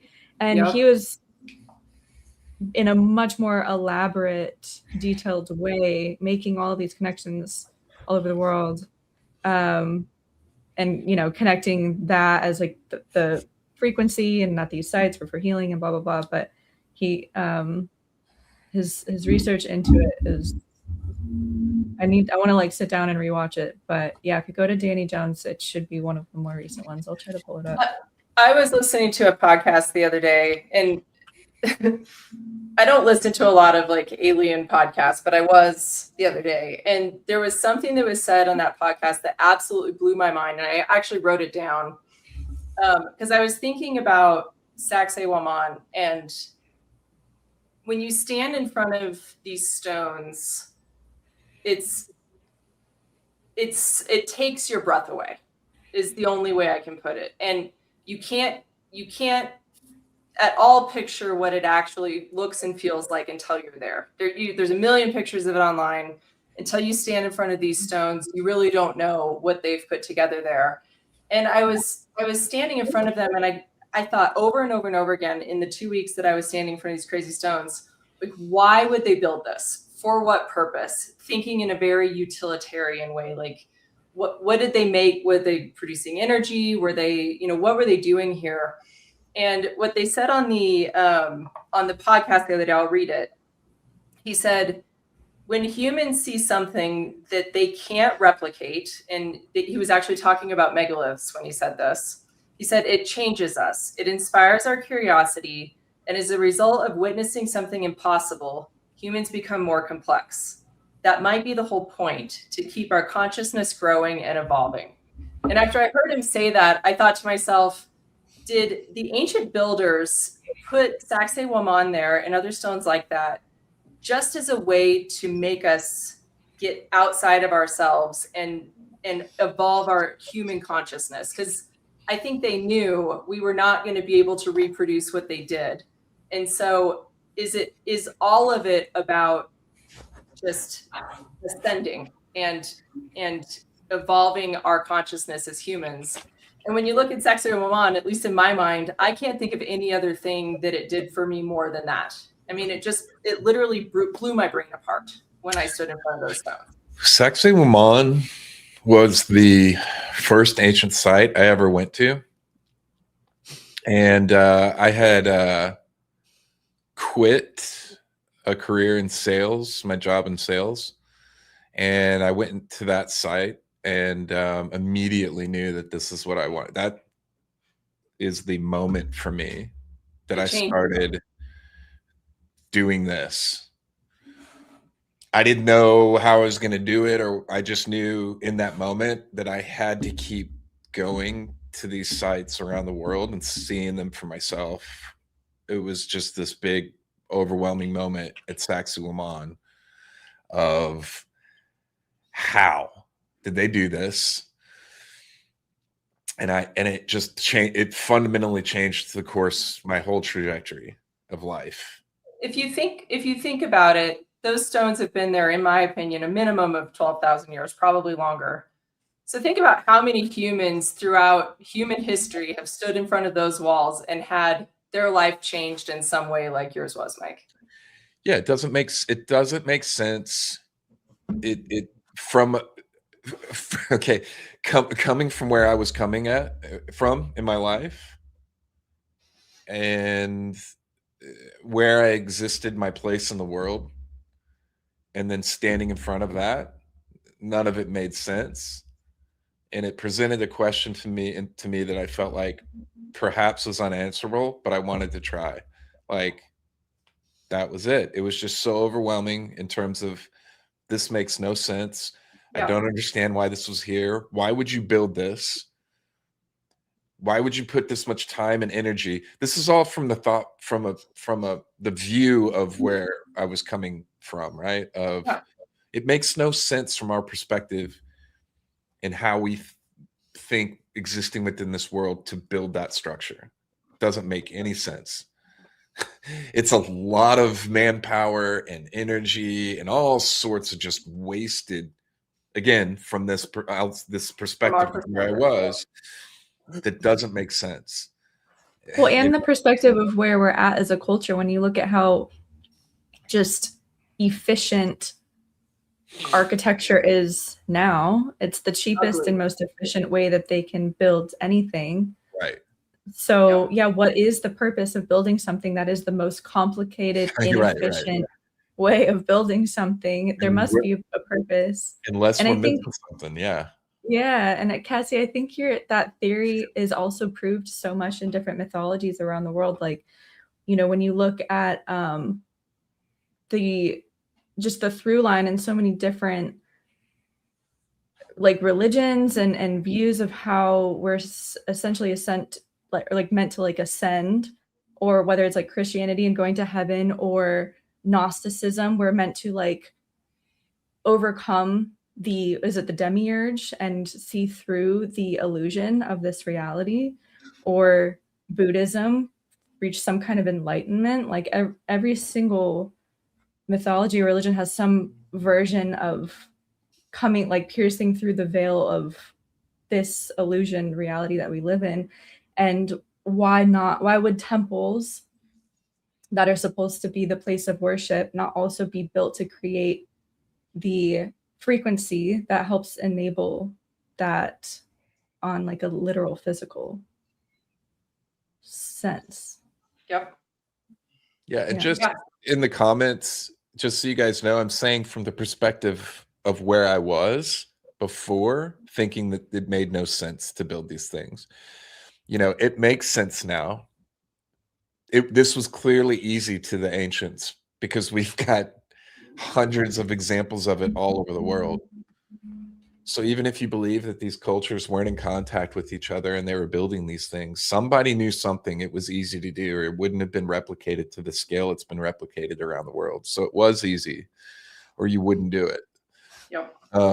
But when you're coming out of the world, so to speak, and this this worldly way of thinking, you look at these sites and they don't make sense. It seems like the most inefficient way to do anything. And but that's when you start understanding a lot of the concepts that we're talking about. Like, they had to have been more in touch with their natural environment, with free energy, with things like healing, with understanding, being more connected to their spirits and all sorts of stuff. These things start to make more sense. And I also think that, if you lived in a site, one of the big takeaways that I've had from traveling all over the place and seeing all these sites in person is that it feels to me like there was access to free energy. And I've always felt like that's the answer. If there was access to free energy, it's almost the possibilities of what you could do culturally as people is unlimited. You are no longer bound by societal rules like we exist in now. You are a free agent to do whatever you want and build your life and pursue your passions however you want. You aren't attached to a monetary system. You aren't attached to anything that would require you to sacrifice things that are within you for other things to survive. So whatever is in you would be what's being developed, which most of us spend almost our whole life trying to find our purpose. A lot of people do. You'd be nurturing and growing that from the time that you were a child. So if you're interested in, history, then that's if you're interested in rock working or art or whatever, you would be spending a lifetime pursuing that without concerns of paying bills or making sure the light's on or worrying about your food. Or all of it. Yeah. Like we've completely lost like the Renaissance man, the wisdom keepers, the people who can do the polymaths, who study every topic from mathematics to physics to art to all of it. You don't have to be stuck to just one thing in that. We might not have had Blink 182 though. So this you gotta. There's trade-offs. For the chat, I had to play "I Miss You" by Blink 182 earlier because Mike had never heard this song. I was singing it and he said, "What are you saying?" And I said, "What? You do not know this song?" So that's what that. Sing us the chorus so that we know which one you're talking about. No. That's it. That's not. I want to bring this up. Where is it? Because we just got some breaking news that I want to share on screen here. Somebody said they just checked the schedule for Sedona. It's just updated. It looks like Derek volunteered for a live demonstration of trepanation performed by Cassie. So if you guys haven't gotten your tickets yet, you don't want to miss that. Oh man! Concert. I think we have to go now. That Cassie, joke better would be know on what all you're of us because immediately after the procedure, Derek would know what all of us were thinking. And then it'd be all over. And look at my head's ready. It's ready. That's good to say. It's the perfect You head gotta for a shave nice your bowl. hair. Oh, somebody asked a question for the world travelers: what country has the best food? Mexico. Ooh. Derek, where you got? Oh man, between the places I've been, I would say, I mean, man, I thought Peru had the best food, but man, Cambodia was really up there, wasn't it, Cassie? So good. Cambodia is amazing. Incredible food. And And what was amazing about Cambodia was, I mean, everywhere I ate was amazing. And then they had the best coffee of anywhere I visited in third world type countries. You know what's interesting is I expected, so in Cambodia, it's like, and Vietnam, there's just fresh fruit and vegetables and juices and you name it, everything is from the land. There's no kind of industrial farming in those countries. And I got used to that. And when I went to Thailand, I was absolutely shocked. So all of the farms in Thailand are owned by Dole. And Really? the food in Thailand is all completely dead. So like the fruit is all shipped in, it's all wrapped in plastic. And so the reason people believe Thai food is good is because they throw massive amounts of MSG, which is this like powder that lights up your brain, on all of their food. And I learned this the hard way because I learned that I'm alert. I must have an allergy or something to MSG. So I started eating the food and I got like swollen and flushed and I got brain fog and I was like, I feel terrible. And I learned by asking a lot of questions that that's the state of food in Thailand. So if you go to Asia, don't expect all of the countries to have the same amazing food. Cambodia and Vietnam are incredible. Thailand has been, it's owned by industrial food and it'll make you pretty sick. Oh, wow. Yeah, Cambodia, the food in Cambodia. Have I ever told you one of the best dishes I've ever had was in Cambodia. We were traveling to far outside. What's that? Was it blood soup? No, it was just a noodle dish. My cousin and I, and I don't even remember where we were way up in the north of the country. And it was storming and lightning. We pulled over and across the street from the site was this little shack we go into. And there's like police officers in there. Everybody's getting out of the rain. Little like, I don't know, maybe he was 2 or 3-year-old kid running around butt naked, just little wiener out, just running around happy or whatever, playing. There's crabs on the ground he's grabbing and playing with, and they're just crawling around. And they made us a plate of noodles, and it was so amazing. We ordered another plate, and then we look back and we see that everything that they have been, all the place where they've been cleaning the vegetables and everything, is the bin, is this little basin tub thing where this kid is now playing butt naked in and being bathed in. So we were just like, oh no, dude, like and they're pulling crawfish and crabs just out of the field behind the place and cooking all that up. And so we had baby bathwater noodle. Oh man. Hey, at least it was cooked. It was cooked. Yeah. At least it was cooked. Unlike the blood soup. I'm referencing I think it was Cambodia. It might have been Vietnam. The one I'm referencing a Anthony Bourdain episode where he had cold. It was like the broth of the soup was blood. And I don't think it was cooked. I don't know. I do like Asia. I didn't know that about Thailand, Cassie. That's good to know. Yeah. Yeah. I do like Middle Eastern food. I loved the food in Lebanon. It was amazing. I've tried the pigeon in Egypt. I've tried the cuy in Peru. I always try to try the interesting stuff, but stupid amount of street tacos in Mexico. That's almost as far as my. Mexico has good food. Yeah, it was such a good food. Especially I'm kind of lucky. I get Mexican food all the time here, so it's really good. They have a food in what was the city I was in? Monterrey, Mexico, which is like a very wealthy city.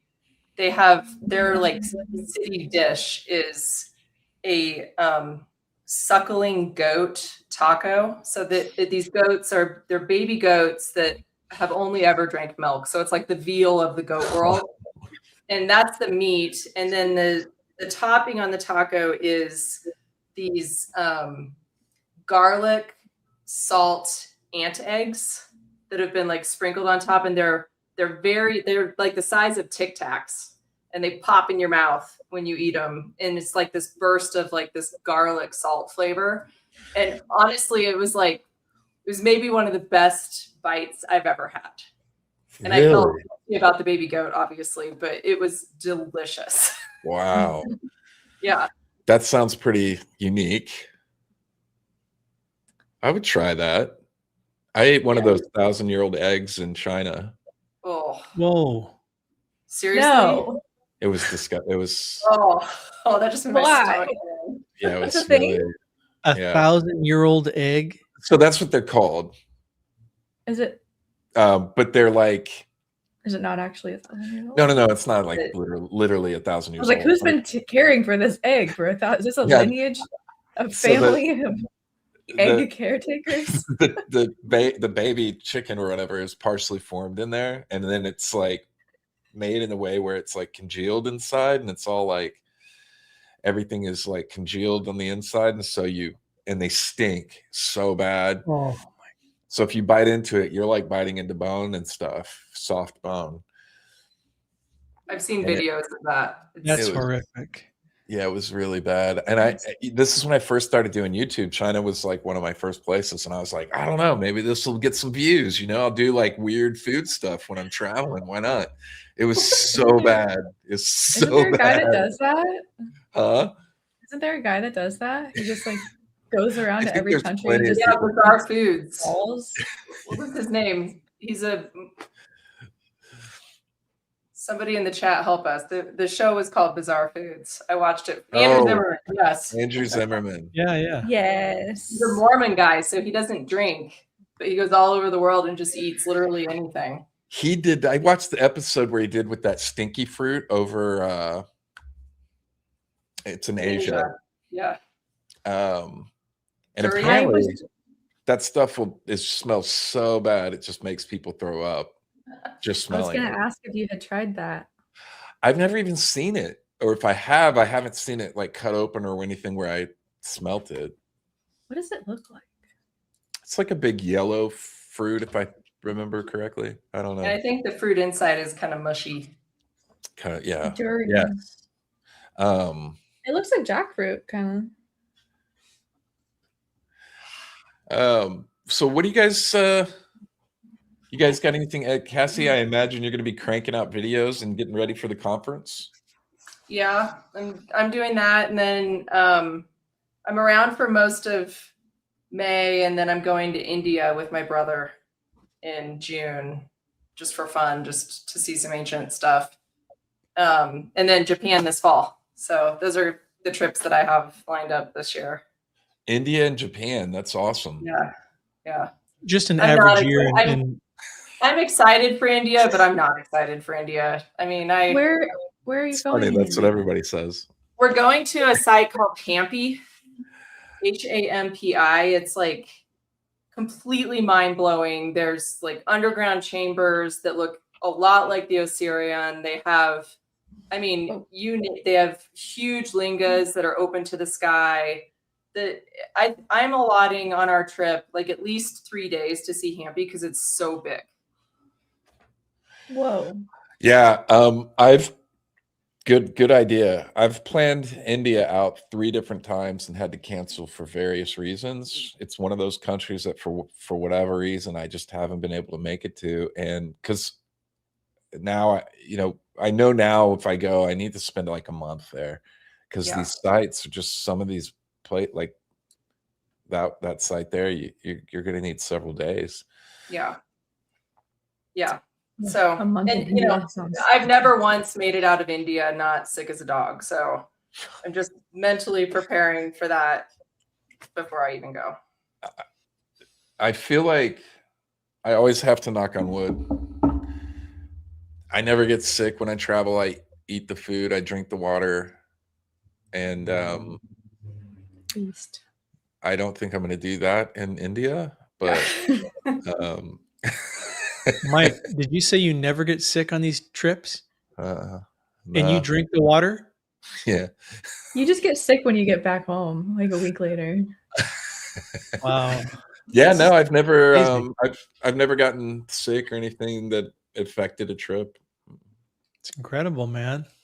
Never been Yeah, put you're down. lucky. I would What kind of die. vitamins do you I would take? actually die. I don't take anything. I don't do vaccines. I haven't done anything for 20 years, over 20 since I got out of the army. And then I pet the cats and the dogs. And That's the key. That's it right there, isn't it? That's it right there. and I get Gotta pet the dirty. cats and dogs. And yeah. Yeah. And I It's never amazing. have a problem. I probably should do a parasite cleanse at some point. You know? Like once a year. Yeah, you know, that'd be Yeah. probably smart.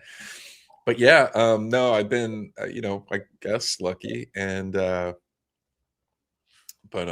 yeah, I can't remember a single time where I've gotten sick, where I've gotten taken out or had to struggle through anything traveling. Wow. Yeah. Meanwhile, I'm over there with an entire pharmacy of supplements and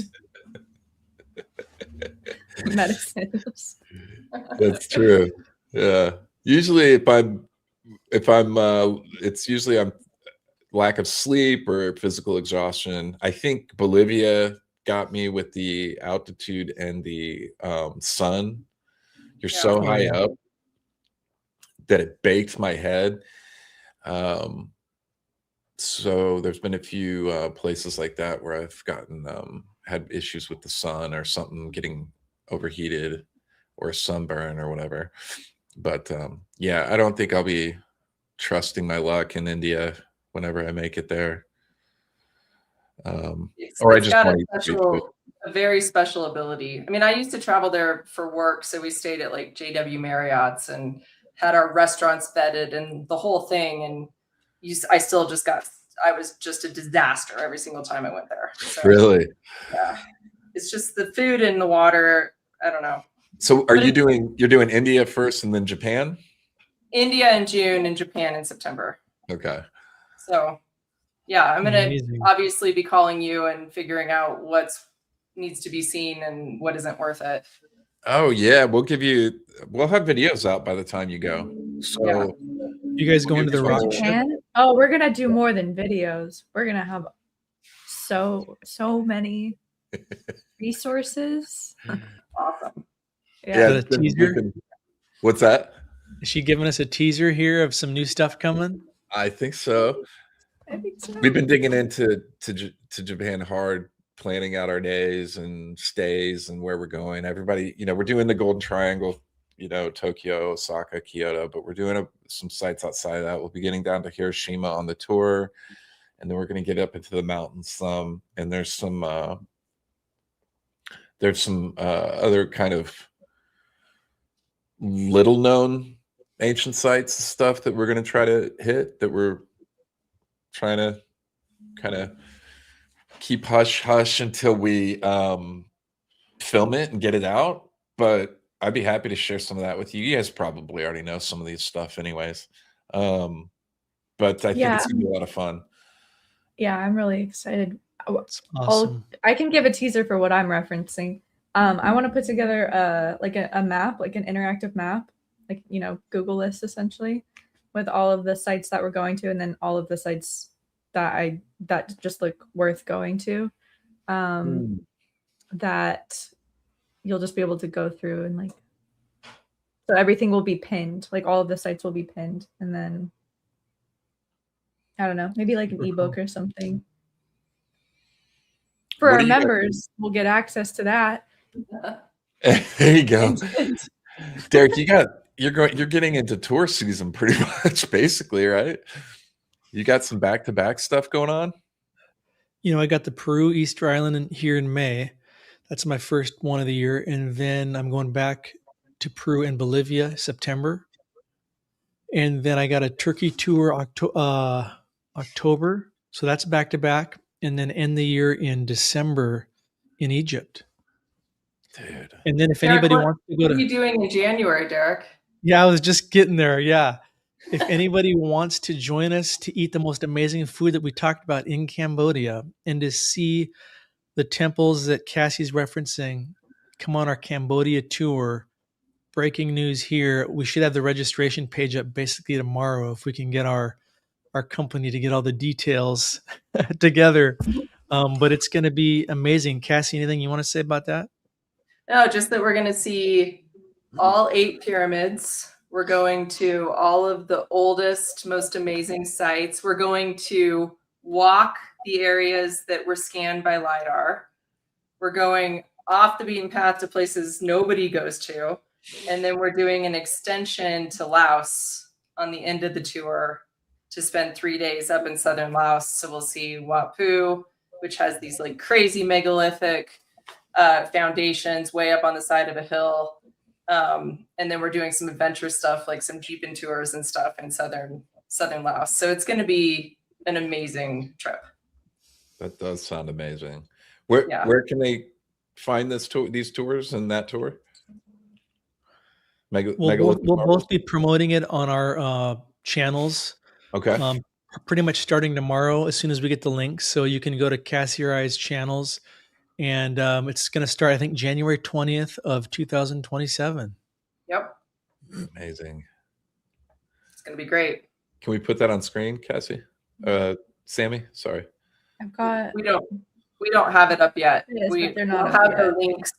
We'll have the links for it live probably tomorrow. Yeah. Cool. But those other ones are still available. Too. Those were the other tours I was doing. Yep. Amazing. Well, you guys, thank you for joining us. You're both going to be in Sedona, which is going to be amazing. It's an awesome lineup there. I'm sorry I'm going to miss you. Sammy is too. And I wish I could teleport. I know. But thank you guys for coming on again, both of you, and together. This is really cool, and you guys are doing cool stuff together and apart, just traveling around the world. This is so cool. And every time both of you have come on, I think I've seen or learned something that I was unaware of before, which is a rare treat for me these days. So I really love that. Thank you very much. And good luck to you guys in Japan. That sounds like an awesome trip. Thank Have you. a great time. Thank you. Can't wait to see all the footage and videos, man. This is going to be amazing. No. Yeah, we're gonna be right on it when we get back. Yeah. Absolutely. Awesome, guys. Well, thanks so much. Thanks so much for the invite back. Thank you. See you in a couple weeks, Derek. Okay, guys. Yeah, for the trepanation. Bye, everyone. Bye. Yeah. Bye, guys.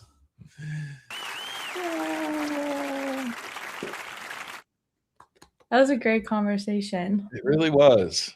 I love when we get into the metaphysical stuff. Yeah, you do. Yeah. I will forever deep That's your inside favorite be a part. crystal girl.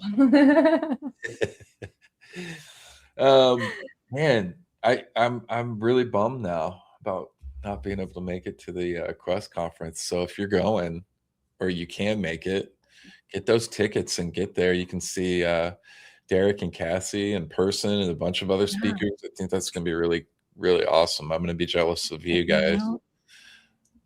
Be in Sedona, feel the vortexes.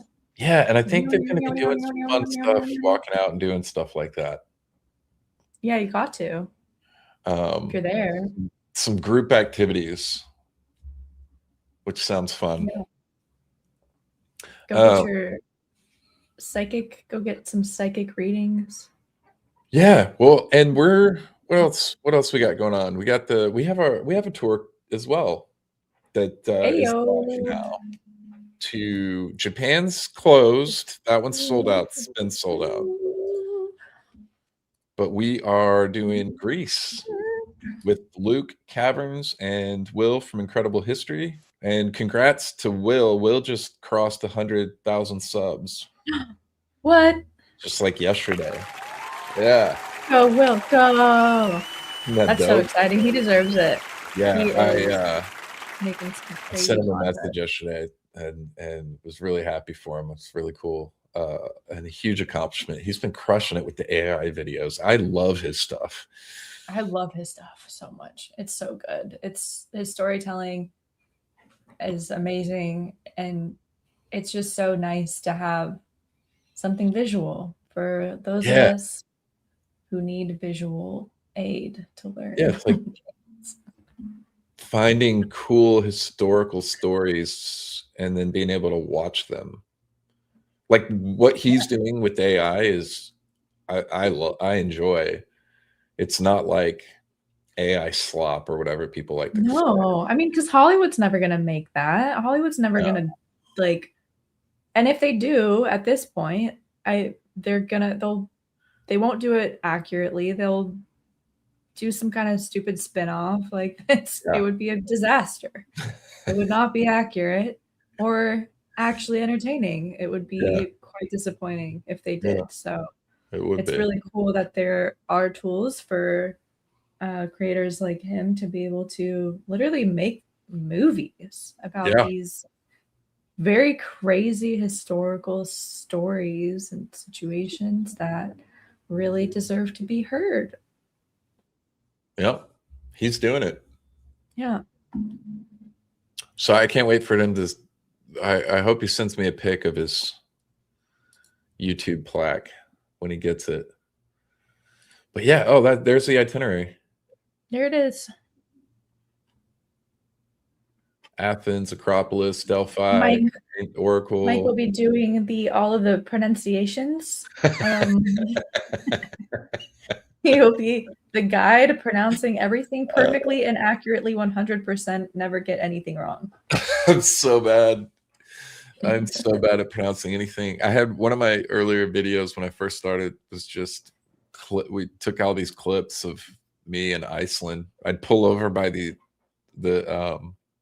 road signs and try to pronounce all of the words on the sign. But I remember this video from when I was doing the thumbnail. It's so bad. I like doing that when I'm around because I'm just the worst. Yeah. It's hard. But yeah, the Greece tour is going to be amazing. You guys should join us. That's in November. So if you're able to go, I'm so excited. Come on. You get, like I said, you get to hang out with 3 of us. That's going to be fun. And this is a really good one. This is a custom built tour, so it's going to be a lot of fun. I might just stay there. I just feel like I say that everywhere I go. You do. I'm like, I might just live there. I might not come home. All right. Anything else? What do we got? We're just hard at work on planning out all these shots and different stuff. We've got 2 more videos coming out for Egypt. Those will be out in the coming weeks. We might get one out this week. Oh, we will. Will we? Okay. Oh, we will. Oh, we will. All right. Oh, we will. We got another Egypt video coming out this week then. Yay. And then one more that'll wrap up the Egypt series. And then I don't know what we're gonna drop some more stuff before we go to Japan, but yeah, we're gonna try to do that Vatican. Video that y'all voted on. Yeah. Hopefully drop that while we're out of town. That'll be fun. That'll be cool. Get into some conspiracies. We got a cool Sage Wall video I think we might do. Sage Wall, I think just opened up bookings for this year. I think they just opened up or they're about to. So I have another Sage Wall video with updates. Highly recommend going there. Yeah. The property is so beautiful. And remind me their names. Chris and Linda. Chris and Linda. Chris and Linda are angels. They're so sweet. That's true. And just really good people. So it's cool to it's such a cool site that you get to go, explore and visit, knowing that also, that you're supporting good people while you're doing that. And just like their whole property that they're kind of an enigma. They've built that whole property themselves. It's amazing. Yeah. Yeah. pretty amazing. Sustainable Chris living. has lived they've like got 7 going on, different lives. yeah. Yeah. Yeah, that guy he is something else. He's a good friend. He's become a good friend over the years, which is really awesome. And yeah, I love him He's to so death. cool. And he's doing good stuff up there. And what else? We've got content we're sitting on for Cambodia, Malta, and Turkey. So I don't know where we'll start. Not just that, but Vietnam also. And I've got some other stuff. I don't even know. Lebanon. Yeah. Also, if you guys don't follow our Instagram, we have a Wandering Wolf live Instagram. We've been posting what is it? What WO Prod Live W _ Wolf Prod Live. There it is. So if you want to see little clips of Our weekly stream. Oh yeah, I can share the screen too. We've got a couple posts up so far. You help us get more followers on there. And yeah, we've just been sharing clips of all of these interviews and conversations that we have been having, and I feel like a lot of y'all have seen every single one already, but if you want little tidbit refreshers of things, it's fun. There's so much, like, it's fun to go back and look through all this too, because we've talked with so many people already and had so many awesome conversations that it's easy to forget. It's nice to have little refreshers. It is. Yeah. Awesome. I'll drop it in the chat. Well, thank you, chat. You guys had some good stuff. Dropped some good stuff in there. It always be content, and there it is. Contenting. Yeah. Grinding away. Well, until next week, thank you guys so much for showing up tonight. We did it again. We did another episode. Yay. Couldn't be doing it without you guys. So thank you. It's good to see everyone here. Give yourselves a round of applause. You deserve it. All right. All right. Bye.